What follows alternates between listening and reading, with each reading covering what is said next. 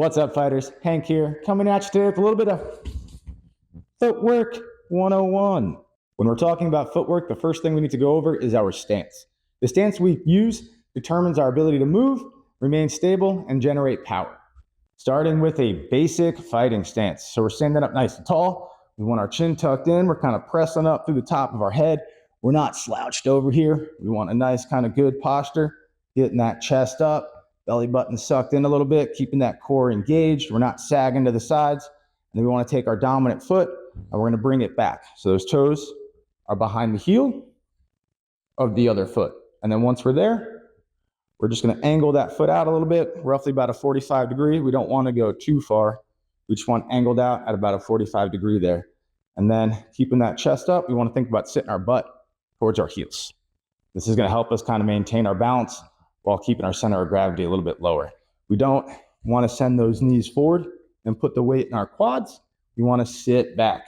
So that weight is kind of held in the back of our legs here, in our hamstrings and our glutes. And then when we're sitting back there, we want to think about kind of pressing our legs to the side a little bit. We don't want to collapse in on our arches. So we want to keep that good kind of outward pressure. We're on the outsides of our feet, on the balls of our feet, and on our toes. And then our elbows, we want them tucked in a little bit. Hands kind of up by our head, by our face. And this is your basic fight stance. Great place to start. Good balanced stance. You can move. You got good power generation. And you have good balance. Now, there are a few variations off of that basic stance. So if we start in this basic stance, we bring that back foot up. We're now more of kind of a neutral or sometimes kind of a squared up stance. And this will give you a little bit better lateral movement. You get a little bit more of a base here. People are coming in to wrestle you. But in the context of sword fighting, you're making a bigger target if somebody's trying to thrust in. So you got to keep that in mind. In the angled stance, your movement is kind of balanced. You get pretty good power generation. You're able to turn this hip over all the way. And you are kind of reducing that target a little bit, being angled. And then if you take this even further and you hit this totally bladed stance here, you get good linear movement. You're quick in and out. These attacks where you're trying to turn that hip over, they're going to take a long time. They got a far distance to travel, and you do kind of reduce that target a lot. And another thing to watch out with the bladed stance is the dangers of people getting behind you and getting to your outside over here. Another way you can vary your stance is by the height your hips are at in the stance. So kind of how tall you are. If we start in our basic fighting stance and then bring our feet closer together, we're a little bit taller here. It's easier for us to move. We'll be quicker, but we're not going to be as stable. If somebody really comes in and pressures us, it's going to be tougher for us to absorb that force if we're really tall and our feet are close. In our basic fighting stance, we're kind of at a medium height. We're sitting back a little bit. We're not too tall. And this gives you kind of the best of both worlds. You're able to move pretty good. You got good power generation, and you're stable enough if somebody comes in and tries to wrestle you. Lastly, if we go really low, we take that nice, wide, deep stance. So this is going to be uncomfortable at first. If you're just getting into fencing, it takes a little bit, but we're nice and wide with our feet. Our hips are back. We still want to keep that chest up. This is going to keep us nice and stable if we're really in there grappling with somebody, but it's a little bit tougher to move. I can kind of shuffle side to side, but if I want to traverse and step forward, it's going to be easier if I come back up. So I'm really good, stable. I got good balance. It's going to be tough to take me over, but I'm not going to be able to move as fast. Not nearly as mobile, and then my cuts and attacks are going to be a little bit different from down here as well. One last position is kind of a wrestler position where we're sending our hips back and dropping our chest down. You'll see this kind of in some plates where there's this wide stance and the chest goes forward. To keep your balance here, I don't want to go way out over my leg here and push all my center of gravity that way. I want to send my hips back and sit back as my chest goes forward. So we can kind of get these hips back wrestler-ish positions that you'll see in some of those Meyer plays where they're like way out here. But I don't want to be way out over my toes. It's going to be tough for me to move from here. So if we do take this nice wide stance, we want to sit back with our heels as our chest goes forward. You don't want to marry yourself to just one of these styles or stances. Depending on what's going on in the fight or the exchange, you're going to kind of move through these depending on which actions you're taking. Now that we're good with the stances, we're going to go over steps. One thing you want to keep in mind while you're stepping is that our power comes from the ground. I don't want to be too tall or kind of bouncing up on my toes. If I want to generate force, I need to be connected to the ground. And if I want to absorb force, I especially want to be connected to the ground. It's going to be tough to stop somebody pushing me if I'm on my toes. I want to be down and connected, kind of pushing those feet into the ground. So when we're in our stance and we're stepping around, you want to kind of keep that in mind that we're not just standing here, we're also pressing down into the ground so that when I want to move, I can generate force by driving down into the ground and not just lifting my foot up and stepping. But if I really want to kind of deliver a powerful cut, I need to push down and bring myself forward. So there are times where you can move nice and light. If you're on the outside, there's not much of a threat, or you need to get out of somewhere quickly, get nice and tall. But when we're practicing, try to stay a little bit lower and get comfortable being connected with the ground. When you are stepping, what we want to think about is stepping into stances where we are stable and comfortable. So if we start in this nice high stance, we can step out to our medium stance. We can step out to our low stance. We want to step out to a position where we're comfortable and we kind of know what we're doing with our body.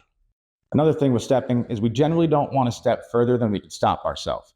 It's better to take more tiny steps than one big step that causes you to kind of lose your balance and lose control of your momentum and end up in an unstable position. If you're not in a stable position, you're not going to be able to absorb or produce force, and it's going to leave you in a compromised spot.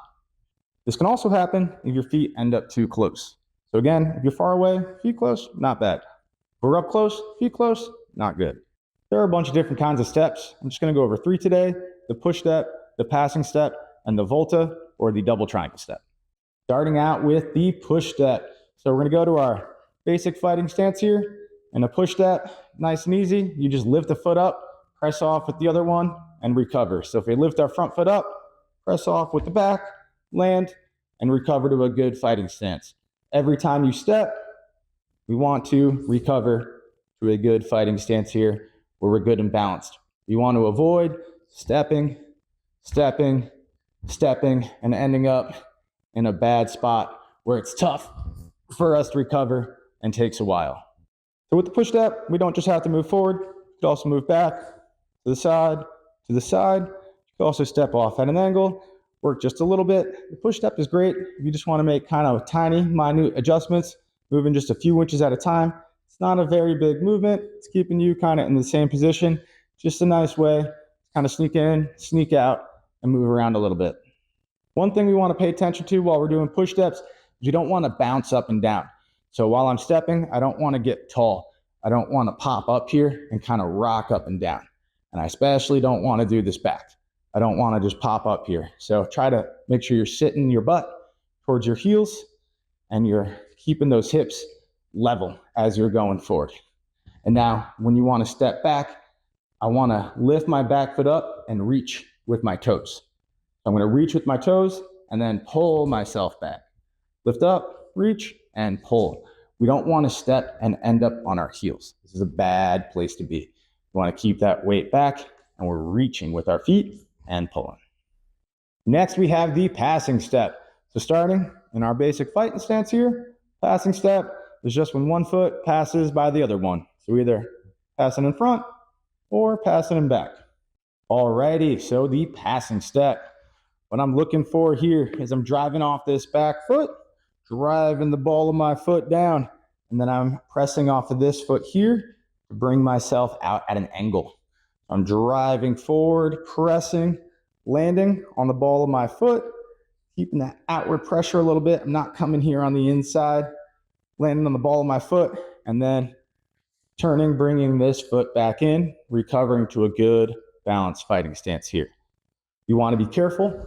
If we take too big of a step, we might end up with our chest kind of going out over here on our knee, and then you have to take a big movement to kind of recollect yourself. So when we're stepping, we want to step out, land, and then we're pulling this foot back in, coming here at an angle. And so here we can take it, stepping out, rotate, recovering to a good fighting stance. Passing step again. Here we are, sitting back, chest up. I'm going to drive off, press, step, pivot a little bit, recovering that back foot to a nice balanced fighting stance. Now doing the passing step backwards is a little tricky. We can just step straight back here. Feels a little comfortable, feels kind of easy, but we don't want to get in the habit of moving straight back, especially if somebody's charging in straight at us. So we can just pass back. You can even try to step offline a little bit, but we really want to try to clear that line of somebody coming straight at us. So I don't like to do more than 2 passing steps backwards. Once I do this, whichever foot's back is going to go off to the side, and then I'm going to pull this foot back behind me and recover to a good stance. Backwards passing step, pass back, out to the side, pull that foot, and recover. Backwards passing step, pass back, out to the side, rotate, recover. All right, so finishing up with the volta or the double triangle step. So the volta is a pivot, we're stepping out, and we're rotating around. Pretty much what a volta is, we're just stepping and rotating. Pivoting on the ball of that foot. You can pivot on your heel as well. I wouldn't recommend it too much. There are times where you can do it, but if you're ever kind of going into an exchange and you're expecting pressure to be coming back at you, I would much more strongly recommend going on the ball of your foot and then turning. Cool, so starting in your basic fighting stance, you start with a passing step out to the side, and then from here, we want to use our obliques. So we're going to use our sides to help pull us around. A way to get a feel for this is if you kind of chicken wing your arms here and snap your elbows down to the side and try to feel these muscles engage. You can grab here, give it a few tries, try to feel these muscles kind of engage. And we want to use those, boop, here, to turn us around. So starting in our basic fighting stance, we'll chicken wing, passing step, snap, and turn. When you're starting this out, it's okay to kind of get tall to get the feel for it. But again, we want to be careful. If you're coming in with like a thrust or his work or something like that, and you pop up real tall, it might be tough to kind of absorb any of that incoming pressure if somebody's trying to block you or shove you offline. One thing to watch out for when you're doing the volta is kind of stepping your foot. So I'm not gonna step out with this passing step and then bring my foot behind me like this. I want my hips to turn. So I'm gonna step and then I'm turning my hips with it. I'm going to step and turn my hips. I don't want to step and then just bring my foot back and around. It's not going to deliver nearly as much power, and it's not going to give you kind of a good stance to absorb any pressure. While you're practicing the volta, you can kind of think about a figure skater. When they twirl around, the further out they are, the kind of slower it is, and the closer in, the tighter they are. So if you step and bring everything in tight, woo, you'll spin around real fast. And if you step and keep it long, you're going to spin around slower. The other thing you want to keep in mind is this rear foot is going to control your range. So if I want to try to get a thrust in there real quick, I can step volta with my feet close. That's going to give me a nice reach, as opposed to if I step and stay long and back out. That's going to kind of cheat some of my reach back. So just keep that in mind when you're practicing. You can practice a nice wide stance with the volta, and you could also bring this in nice and close. Lastly, when you do get comfortable with the volta and you're spinning around pretty good and you want to stop yourself quickly, what we want to think about for stepping, rotating, is this opposite glute here. So if I step and turn and I start to rotate, if I drive this foot down, I'm going to stop really quick in a nice based up stance. So what that looks like, if I step, turn, I can drive this down in a nice wide kind of stable stance there, and it'll rest my rotation and kind of keep me where I want to be. When you're practicing your footwork at home, remember, we want to start in a good stance and end in a good stance. No matter kind of which step we're taking, we're always recovering to a good stance. We always want to practice that, so when we fight, we're much more likely with that muscle memory to end up in these good stable positions where we can move and absorb and produce force. So practice all of them, get comfortable moving through them. You can practice one at a time if you want to get comfortable, but you need to kind of get accustomed to blending them all together and using them all throughout a fight. Some drills you can practice at home is just starting in that stance and going through the steps and trying to get familiar with the range and distance each step takes. So you can start out with just like a normal push step. You can take a long push step. You can take a short push step. Same with the passing steps. Play with the different angles, kind of practice them and get comfortable with each one while you're walking around, and then try to blend them together and also make sure you're moving laterally. We're not just going forward and back. So just kind of build that muscle memory with the steps and the feet so you're not really thinking about it too much while you're trying to do other things. Once you get comfortable with the steps, you can practice working distance into it now. So you can put something in front of you, like a chair, a table, a wall, just something you need to reach for. And then you can practice taking steps and reaching out.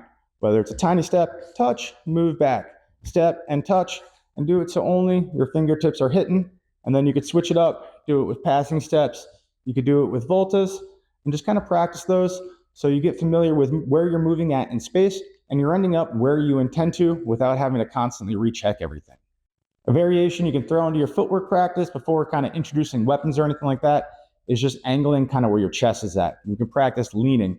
So if we start in our fighting stance and we kind of drop our chest forward, you'll feel that weight go over your lead leg and your back leg gets light. Same thing, if we lean back, now our weight's over our back leg and our front leg is light. So this is going to kind of switch up your movement, and you can practice kind of using your weight to help you go through certain steps. So if I kind of take a passing step out to the side and lean with it, it's going to be a little bit easier for me to now kind of pivot off to the side, rather than if I'm leaning back and I step, now it's going to be kind of a big movement to get me out over there. So keep that in mind. Once you kind of get comfortable just moving those feet around, start playing with your upper body. We don't want to lean too much. I don't want my chest out over my feet or really out over my knees. I want to keep it kind of centered in here, but I can practice moving side to side and getting comfortable moving my weight around. After you get comfortable, just stepping out and touching stuff with your hand, you can introduce a weapon, a sword, and then a pel and strike out. And just get comfortable with knowing that distance.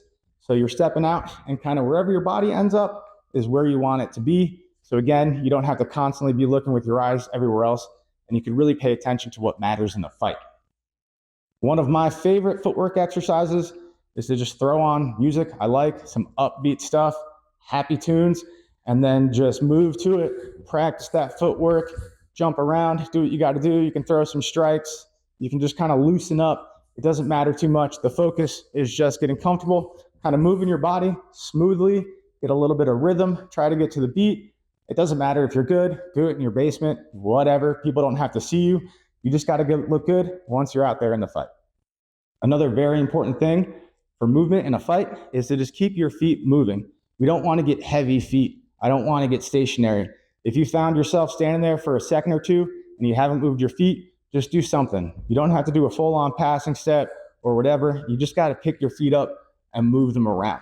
It's going to make you quicker. If you get kind of heavy, your feet are going to get relaxed, and it's tougher to kind of keep that dynamic movement going. The more you kind of move a little bit, the easier it's going to be to explode. If you think about it, if you're trying to jump, you take a tiny jump and then come up. You don't just stand there stationary for a minute, powering up and then launching yourself. You're going to get more kind of pop if you keep just those tiny movements going and you get your body ready to kind of go and react. Fantastic. Well, hopefully you enjoyed that and you learned something. If you have any questions, please let me know down below. Please like, share, and subscribe. And always remember, footwork makes the dream work, baby. Ha, ha.